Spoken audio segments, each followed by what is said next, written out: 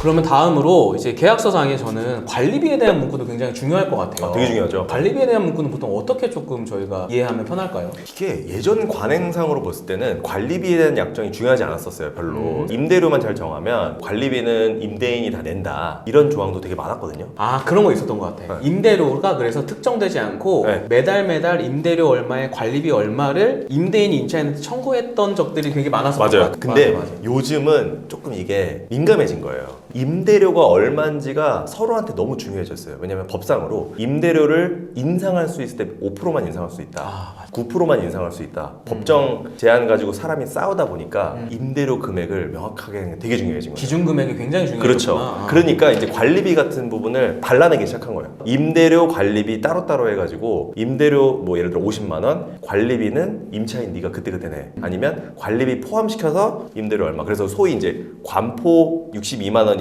뭐 이런 말 들어봤죠? 처음 들어. 아 그래요?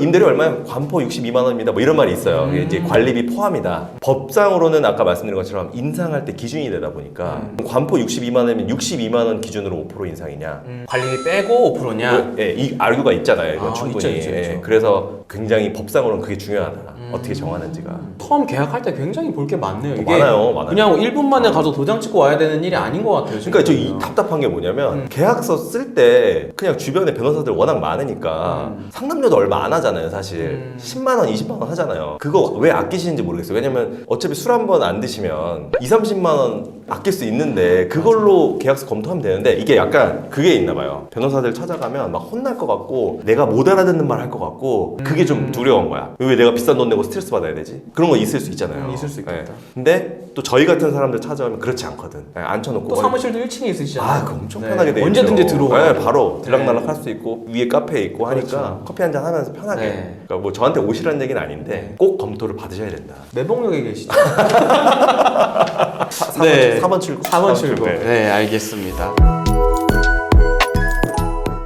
네, 다음 질문 이제 드려볼게요. 네. 가장 또 이슈가 뭐냐면 내가 여기서 장사를 시작했어. 근데 장사가 너무 잘 돼. 와, 나는 이제 꿈을 이룬 거야. 아, 이제 나는 좀 안정적으로 살 수 있겠구나라고 이제 계약을 연장을 하려고 하는데 요즘 뉴스가 많이 있잖아요. 뭐 건물주가 임대 연장을 거부한다. 그러면 맞아요. 이제 세입자 입장에서 이 계약 기간을 연장하기 위해서 좀 필요한 알아야 되는 내용 좀 이런 게 있을까요? 일단 그 상가임대차 보호법상 이슈가 많이 돼서 다들 아실 텐데 내가 어느 임대차 계약을 해서 거기서 사업을 시작하면 최소 10년을 내가 거기서 보장받을 수 있어요. 옛날에 이제 5년이던 게 10년으로 이제 연장이 된 건데 쉽게 말해서 이제 막 지금 말씀하신 것처럼 사업 막 시작했는데 막 잘 되는데 갑자기 임대인이 이제 내가 거기서 그 떡볶이 사업을 내가 하고 싶은 거야. 너 나가, 내가 해도 돼. 나도 고추장 풀고 간장 넣고 할 수 있어. 이제 이렇게 되면은 세입자가 너무 가슴 아프잖아요. 그렇죠. 그래서 이제 10년으로 이제 입법화를 한 건데 10년 연장이 100% 보장되는 건 아니에요. 그러니까 원칙적으로는 10년 보장. 근데 예외적으로 쫓겨날 수 있는 경우가 있다. 좀 궁금한 게 그러면 처음에 저희가 계약서 쓸 때 예. 보통 1년 아니면 2년을 좀 많이 계약을 맞아요, 하시는 맞아요. 것 같아요. 처음 예, 계약을 예. 하실 때 2년 계약을 하면 5번 연장할 수 있는 건가요? 네, 보통은 합의하에 연장한다 그러면 5번 연장인데 자동갱신 조항 아시죠? 그러니까 둘 다 이의를 제기하지 않아 끝날 때까지 그러면은 자동적으로 그냥 연장된 걸로 본다. 네. 이때는 1년 연장된 걸로 법이 간주를 해요. 그러니까 꼭 5번이 아닐 수 있다. 그렇죠. 예, 뭐 예를 들어 2년 계약만 해놓고 8번 연장할 수도 있는 거고요. 그렇게 하면 10년이 꽉 차니까. 이게 기간이 어떻게 돼 있냐면 계약 기간이 끝나는 날이 예를 들어서 12월 31일 말일이다. 그러니까 12월 31일부터 끝나기 전인 6개월 전, 네. 그리고 끝나기 1개월 전. 네. 요 사이가 5개월의 시간이 있잖아요. 그렇죠. 요 사이 동안에 내가 나 더 있을래요. 나 더 갱신할래요. 라고 임대인한테 통지만 하면 돼요. 그러면 연장이 되는 거예요. 처음 계약한 임대료 그대로 연장되는 거예요? 아니면은 거기가 인상폭이 있는 거예요? 원칙은 그대로 동일한 조건이라고 돼 있어요, 법에. 동일한 조건으로 연장이 되는데 다만 임대인이 1년마다 증감 청구를 할 수 있어요. 자, 올해는 5% 인상하겠습니다. 그 상한이 5%예요? 네, 상한이 5%. 현재 5%. 이거는 법이 계속 바뀌어서 그때그때 시행령을 체크를 해야 돼요. 지금 현재 5%. 5%로 지금 뭐 10수년째 가고 있으니까 5%로 이해하시면 되고. 그래서 5%를 인상을 하겠다라고 하면은 5%가 올라가는 게 원칙. 근데 싫다고 할 수도 있어요, 임차인이. 5% 너무 높아. 그럼 어떻게 해요? 그러면 소송을 해야 돼요. 소송이요? 네, 난 이게 참 이 되게 소송이라는 애매하죠. 단어가 갑자기 네. 확 무거워. 그러니까 왜냐면 이게 5%가 크게 안 느껴질 수도 있지만 어쨌든 엄청 큰 임차료다. 그러면 5%도 적지 않은 금액일 큰 금액이죠. 수 있잖아요. 100만 그다음에 원이 이게 5만 원씩 매달 올라가는. 그러니까 매달이니까 네. 임차인이 생각할 때 5% 너무 과합니다. 음. 한 3% 정도가 맞는 것 같다. 이렇게 협상을 해보다가 협상이 안 되잖아요. 임대인이 결국 소송을 해야 돼요. 소송을 해서 감정인이 나와서 감정을 해야 돼요. 이게 몇 프로 오르는 게 맞다. 지금 주변 시가, 부동산 시장을 비춰볼 때 건물가 비춰기 이렇게 올랐으니까 임대료도 올라야 된다. 5% 올라야 된다. 이렇게 평가를 해줘요. 굉장히 또 어려운 절차가 맞아요. 필요한 맞아요. 일이네요. 예. 보통은 협의를 그냥 하죠. 협의하는 게 제일 좋긴 네, 하네요. 맞아요. 만약에 협의가 잘 안 되고 우리가 만약에 계약 기간을 연장을 하려고 했어. 그럼 임대인이 거절할 수도 있어요. 맞아요. 거절할 수 있는 사유는 크게 두 가지예요. 임차인이 뭔가 잘못을 했을 때. 예를 들어서 여기가 음식점인데 갑자기 막 나이트클럽으로 써 여기를. 그러면 계약 위반이잖아요. 아, 그렇죠. 귀책 사유잖아요. 그러면은 거절할 수 있어요. 또 한 가지 큰 줄기에서 뭐가 있냐면 무너질 것 같아 건물이. 야 내가 너를 써주고는 싶은데 무너질 것 같아서 여기 재건축해야 돼. 나가. 이 사유는 가능해요. 근데 이제 이런 경우 무조건 내쫓을 수 악용될 수 있잖아요. 그래서 굉장히 법이 엄격하게 본다. 첫 번째는 재건축을 하겠다라는 거를 임대차 계약 체결할 당시부터 미리 얘기를 했던 거야. 너 지금 들어오는 건 좋은데 10년은 너 못 있을 거야. 왜냐면 우리가 3년 있다가 재건축할 거거든. 이거를 계약서에 넣었어야 돼요. 그렇게 하면은 그때 쫓아낼 수 있고 그게 아니다 그러면은 안전 진단을 받아요. 그래서 재건축이 필요하다. A부터 B, C, D 2등급 받거든요. 2등급이 나오면은 웬만하면은 재건축 오케이. 그걸로 쫓아낼 수 있어요. D등급이 나오잖아요. 그러면 재판에 많이 가요. D등급은 애매하다. D등급만으로는 못 내쫓는다라는 판결이 좀 많고 그래서 그런 사유 두 가지 사유 내지는 상당한 보상을 제기해 준다 그래서 임대인이 쫓아내는 대신에 돈을 챙겨줘.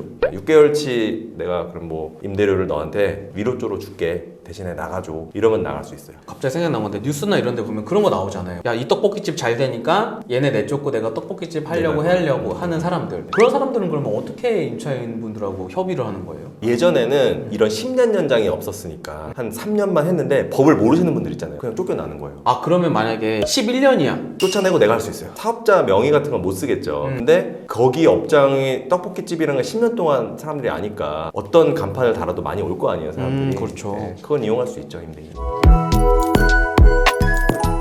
그러면 다음 질문 제가 한번 드려볼게요. 만약에 임대인이 장사가 너무 잘 돼. 그러니까 예를 들면 이 사람이 오기 전까지는 우리 건물이 이렇게 호황이 아니었어. 파리만 근데, 날리다가 갑자기 너무 좋은 세입자가 들어와서 네. 장사가 잘 돼. 그래서 처음에 너무 기뻤단 말이야. 와, 드디어 우리 건물 가치도 올라가는구나. 올라가죠. 유후 막 했는데 나보다 더 많이 버는 것 같아. 왠지 이 사람이 건물주인 배 아파. 나보다 돈을 배 더 아파. 많이 벌고 갑자기 차가 바뀌어 막. 차가 마세라티야 갑자기 막 앞에 서 있어.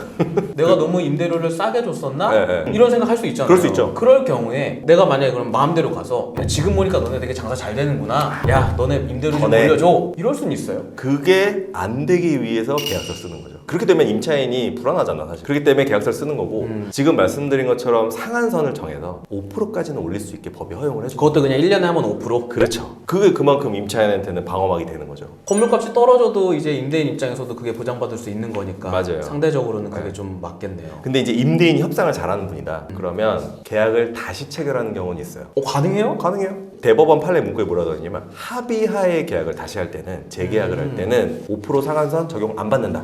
그래서 실제로 제가 했던 소송에서도 이태원 한창 뜰 때 있었잖아요. 네. 옛날에 2005, 6년 이때쯤 뜰 때 너무너무 값이 오르니까 5% 상한으로는 택도 없는 거예요. 그때는 재계약 합의를 엄청 많이 했어요. 너 아니어도 지금 들어올 세입자는 널렸어. 계속 내가 어깃장 놓고 너 내쫓을 테니까 좋은 말 할 때 20% 올리자. 그렇게 해서 계약서 다시 쓰면 20%도 올렸어요. 그리고 그게 합법. 지금도 합법이에요. 근데 이제는 임차인들이 많이 알잖아요. 그러니까 그런 재계약을 절대 안 하죠. 그냥 5% 상한선은 내가 보호받을 수 있으니까. 다음 질문 드려보겠습니다. 네. 제가 또 궁금한 게 만약에 내가 임대인인데 내가 너무 똑똑한 거야. 그래서 오케이 내가 김종훈 변호사 영상 봤으니까 특약으로 이런 거 다 넣어놓으면 다 되는구나 해서 막 이 특약에다가 이 계약과 이 계약은 뭐 1년마다 5% 상한을 넘어서 내가 임차료를 올릴 수 있다. 그러니까 막 이런 걸 막 넣어놓은 거예요. 법조항 적용받지 않는다. 이런 특약을 넣어. 그런 경우가 이런 건 좀- 너무 많았죠. 아, 많아요? 너무 많았고 수십 년 전에. 그래서 상가임대차보호법 뭐라고 규정하고 있냐면 마지막 부분에 있어요. 임차인에게 불리한 조항은 특약으로 배제할 수 없다고 해놔요. 아예. 그걸 특약으로 정하면 그거는 강행법규 위반으로 그냥 무효예요. 그러니까 예를 들어서 우리는 상한을 10%로 할게. 1년마다 징역할수는 10%로 할게. 그럼 그 조항 자체에 그냥 삭선으로 그으면 돼요. 그러니까 무효예요. 그 조항은. 이거를 좀 전문용어로 판면적 강행 규정이라고 그래서 철저하게 임차인에게 유리하게 해석을 해요. 임차인에게 불리한 조항은 무효다. 이렇게 생각하시면 돼요. 그 다음에 뭐 이런 거 있죠. 10년 보장 받잖아요. 근데 예를 들어서 너는 5년만 보장 받아. 그럼 그것도 삭선 그으면 돼요. 무효. 왜?